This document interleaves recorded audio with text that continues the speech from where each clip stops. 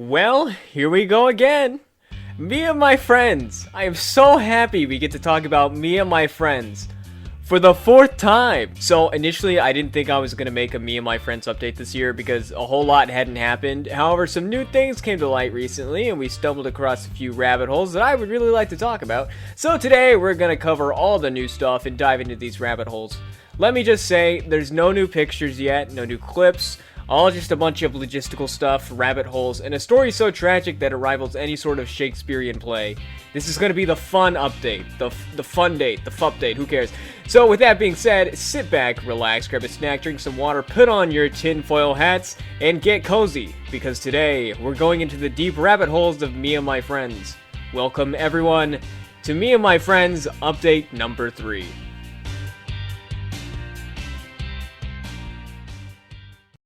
You know, you don't think these things should go very deep, especially considering that we're talking about a kid's show, but then some fine young gentleman makes a video 4 years ago and starts the inevitable domino effect. It was me. I was the fine young gentleman. And boy, even if I had some sort of future vision or foresight, I still wouldn't be prepared for the whole shebang we're gonna cover today. So let me start with a brief rundown, and I'm going to sum up like a whole video's worth of exposition into a few sentences. In 1998, Nick Studios Florida made a pilot production tape titled Me and My Friends as a pitch for what would later become the Backyardigans a few years later, albeit heavily reworked. The pilot is unique for its use of live-action costumes and mechanical features and puppets, and has never been seen by the public. It was first mentioned on a resume for a production company, and later first seen in a compilation video uploaded to YouTube that featured productions from Nick Studios Florida. And yeah, that's about the summary of it. Thanks for listening to my TED Talk. In 2020, I made my first video talking about the subject, not realizing that the search had been relatively dead, ultimately kickstarting a brand new search that made tons of progress. Since the first video release, we were able to contact producers, actors, get new images never before seen, and even locate a copy of the tape. More on that later. Our last update covered everything from our new image set, which was just a whole bunch of behind-the-scenes photos. Although if you follow fellow searcher LSuperSonicQ, you know that we talked about a few new findings here and there since this last update. I'm going to try to talk about all the significant information that was found since the last update, as well as some of the craziest speculatory stuff in the world. Let me emphasize, though, that anything that I say that someone said, as in I quote someone, I will try my best to find the specific screenshot so that it isn't slander or libel or whatever. Because here at Sewer Reviewer, we believe in an upfront video presentation. Of course, it's heavily biased, but that's neither here nor there. So with that being said, let's talk about the actual tape, because wow, we actually found one. In an earlier update, we talked about how a producer had a copy of the tape that they had never watched, simply titled Footage of the Presentation, as from the words of the Backyardigans Wiki admins themselves. This producer would never get back to us with any sort of contact. In fact, I don't think we made it past their agent, or even got a response from their agent for that matter. With that being said, the producer was no longer a contact in the search, and thus we abandoned them altogether. It was so strange to get so close, yet so far, whenever we found someone with a promising lead.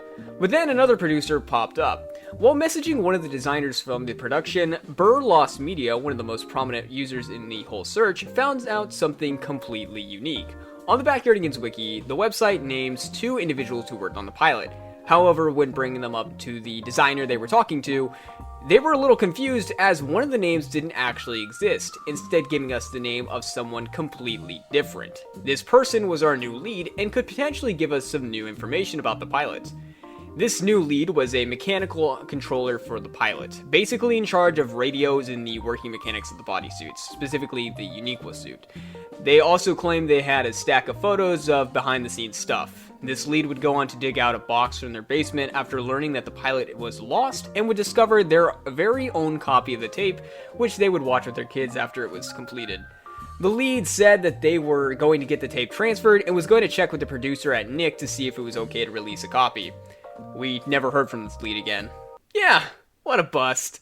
We had actually contacted somebody who had a legit copy of the tape with real tangible evidence, and then they never responded to us again. What fun! But we did get important information from the pictures of the tape he sent. Number 1, there were 2 tapes. Yes, indeed.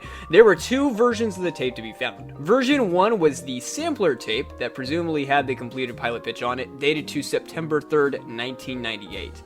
The second one was simply titled Me and My Friends Rehearsal, but oddly enough, this one is actually dated October 30th, 1998. Why would the rehearsal be filmed after the sampler? No clue. Maybe the sampler is its own thing separate from Me and My Friends. I have no idea. Other information stated on the tape is a production of a company known as Voltage Video, along with their address, and that's all I'm going to say about that, because Voltage is a legit company, and I don't need people barking up their tree asking for Me and My Friends. But at least now we have a solid confirmation that more than just Nickelodeon were involved on the editorial front, especially considering that, like many other companies involved with Me and My Friends, Voltage is actually based out of New York, the same place as the Paramount building, where the rehearsals allegedly took place for the production, and where a lot of materials made for the pilot were created. New York really is the epicenter of all this, huh? So that's all there really is to the update about the tape. With companies being sealed by NDAs and being hard to get a hold of, it's generally not worth going through the whole trouble of the customer service lines provided, especially since a lot of the stuff these days are outsourced or automated. You know, good luck getting through those phone trees. So reaching direct companies was a bust, but we haven't given up on finding individuals with the right information on how to score this pilot. So things aren't entirely off the table, and seeing as the wiki gave me a lead, I was curious to dive deeper into that. Okay, this is where I ask you all to strap in and put on your tinfoil hats, because things are about to get completely crazy from here on out. I was sitting at my desk one evening after one of our drawing streams we occasionally do on LSuperSonicQ's channel when it hit me. How on earth did the Backyardigans fandom wiki get the name of the mechanical operator wrong? I mean, surely it had to come from somewhere, right? They got the designer's name right. The only problem with that is the wiki doesn't exactly have references on their page. The only thing they have is a link to the image they used, but maybe I would be able to cross-reference the page's edit history with the time the information was added. Maybe at some point in time they still had references on this page. This was made considerably easier since the admins of the wiki had locked the page for Me and My Friends, meaning that only they could edit the information on the page. I was trying to find the first mentions of the crew members listed when suddenly I found the weirdest thing in the page history. On April 4th, 2013, a wiki user would update the page to add the information that listed the two crew members, one of which with the incorrect name. They cited no sources, and furthermore, there wasn't a whole lot of information about the pilot online at the time, as the Best of Nick Studios Florida compilation had only been online for a year prior, and the only real mentions of it outside the video came from the resume of Yvette Helen Studios. Adding on to that, if they were able to get this information from a website or resume, surely they would have credited the crew members correctly, right? So naturally I wondered if I could reach out to the wiki user and, oh hello, look at that username. Is that? Nah, that can't be. This is an IP address. This is their only edit. I don't think YouTube will let me show an IP address, but it's in the page history, so I got to work. Tracing this IP led me to an even stranger thing. The rabbit hole went deeper. Mind you, I was on call when this happened. We were all chatting after we just streamed, and we sounded like complete lunatics talking about how the Me and My Friends Backyardigans conspiracy was getting deeper. But yeah, tracing this IP leads you to New York City. Funny enough, the latitude and longitude coordinates also lead to a public park, quite like the setting to Me and My Friends. Okay, that last part is just a cool coincidence. No need to rope that into this fiasco. But what's just a little bit further down the street? None other than the Paramount building itself. Yeah, isn't that cool? Voltage, Paramount, this mysterious IP, all located in the general vicinity. Is it possible that the information from this pilot that was posted to the wiki came from a source within? Well, maybe. Because long before our search started, the wiki admins started their very own search, which we'll be talking about now. But keep in mind, we're going to come back to this whole wiki page history thing here in a bit, because it plays a vital role. So I talked about this a little bit in the second Me and My Friends update, but it's very, very, very, very important that we go over this one more time and just reiterate what was actually said. These are their words, and the only things that have been edited are the names of the individuals mentioned to protect their identities, and some paraphrasing to cut down on unimportant garble. Mulatolus, I still can't pronounce that, stated that they had a few different research projects on the Backyardigans wiki, and the pilots were always their favorite one. Sandra and Xenomum, two users on the Backyardigans wiki, were the first to quote-unquote discover Me and My Friends online. Sandra was doing research on a 2008 live show of the Backyardigans, which Yvette Helen designed. Sandra went to Yvette's website looking for info on the 2008 show, and she discovered the Me and My Friends pictures. At the time, the pictures were just labeled Me and My Friends pilot with no mentions of the Backyardigans. We were all confused about what it was and weren't sure if it was made before or after the main Backyardigans show. At one point, I guessed it was some kind of adaptation or even potentially knockoff. We googled it and there were barely any results. Fortunately, we found a Puppeteer site which dated it to 1998. From that point, we knew it was the first ever pilot, and we were able to piece together an article about Me and My Friends for the Wiki. A few years later, our article's info was copied over to the Lost Media Wiki, and the rest is history. The first wiki page for Me and My Friends was created by Xanamum in January of 2011, which referenced Yvette Helen's website for the pictures found. This means that the research into Me and My Friends preceded the eventual release of the Nick Studios compilation video. Sandra, another admin for the wiki, said, "We didn't try to contact Viacom. I'm sure there are some email addresses out there for it. It might be worth a shot. As for Janice, we tried to get in contact with her, but I have no idea if it really reached her. She was working on Winx Club at the time, so we asked one of the other writers on the show if he could contact her. He said he forwarded our message, but she was about to retire at the time. Nothing after that, and he seemed a little bothered, so we just accepted it." Janice had worked on episodes of Winx Club that were airing in November of 2011, therefore getting into contact with her around this time meant she was on a tight schedule, but saying she was about to retire is kind of strange because that didn't happen until 2014. They ultimately explained more about the search in this bulk paragraph, where once again, they used the wrong name of the crew members, which is stranger still. The admins were adamant about helping us find the pilot, as they never got a response from the individual who had the footage of the presentation. This means they never got the copy of the pilot they were seeking, and thus stuck around in our chat to try to help us find some contacts, explaining that they had already gone through most of these people back in their initial search.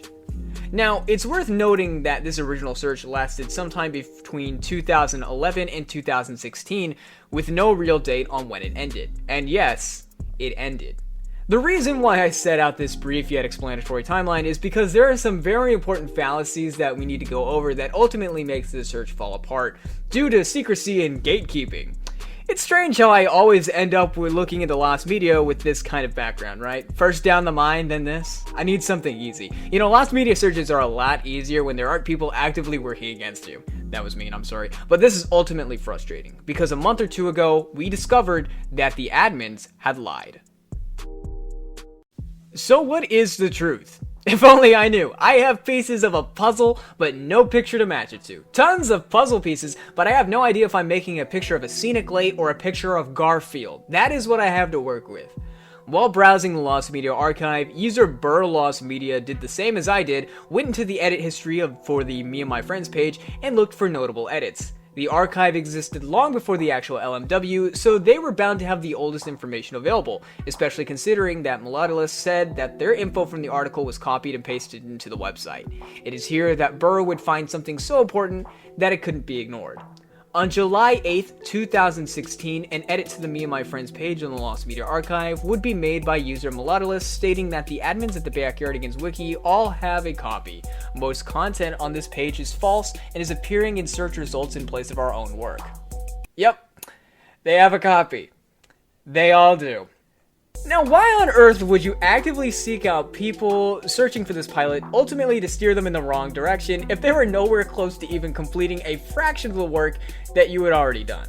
Unless you knew that they were on the right track and wanted to keep things for yourself, which I will never understand. To the admins, I am so sorry that your work was stolen from you and pasted on the archive. That website is a mess, and we can all agree on that. So, what's next? Be adults here. You don't have to gatekeep a silly little kid's show pilot. If you didn't want us looking for it, you could have just been honest. I would have had a lot more respect for you.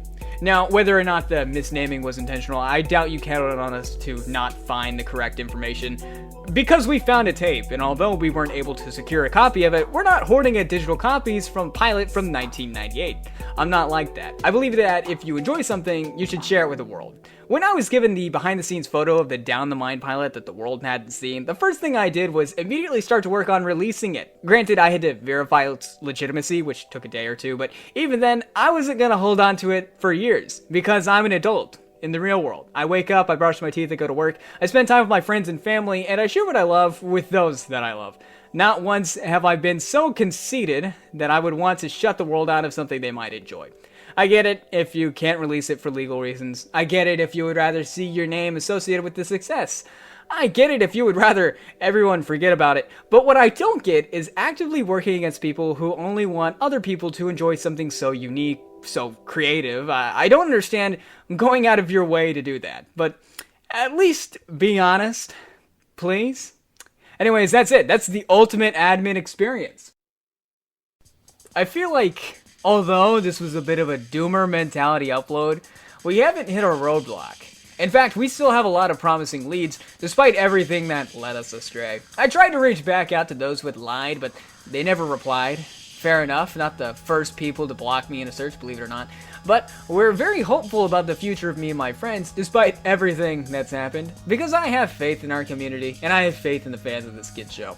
Media brings us all together, gives us something to enjoy. In a world full of divisive topics for us to hate and argue against, it's nice to have something that can bring us together, no matter our backgrounds. So, yeah, that's the deep rabbit hole of me and my friends, which all started because I noticed a typo on a goddamn Wiki fandom site, and I hope this answers your question of what the hell is going on with me and my friends, because quite frankly, I have no idea either. Anyways, thank you all so much for watching. If you enjoyed this video, please leave a like and consider subscribing. It's free, and you can click that bell icon to be notified of the next upload. We have channel memberships, a Patreon, which I'm still trying to set up, and we are officially on BlueSky now, although the Twitter remains up at the moment, as well as a TikTok account. I have a bit planned for 2025 so far, looking at doing more YouTube shorts and TikToks, as well as some more single topic videos, icebergs, and looking to start a few more in-depth series. So, yeah, thank you guys so very much.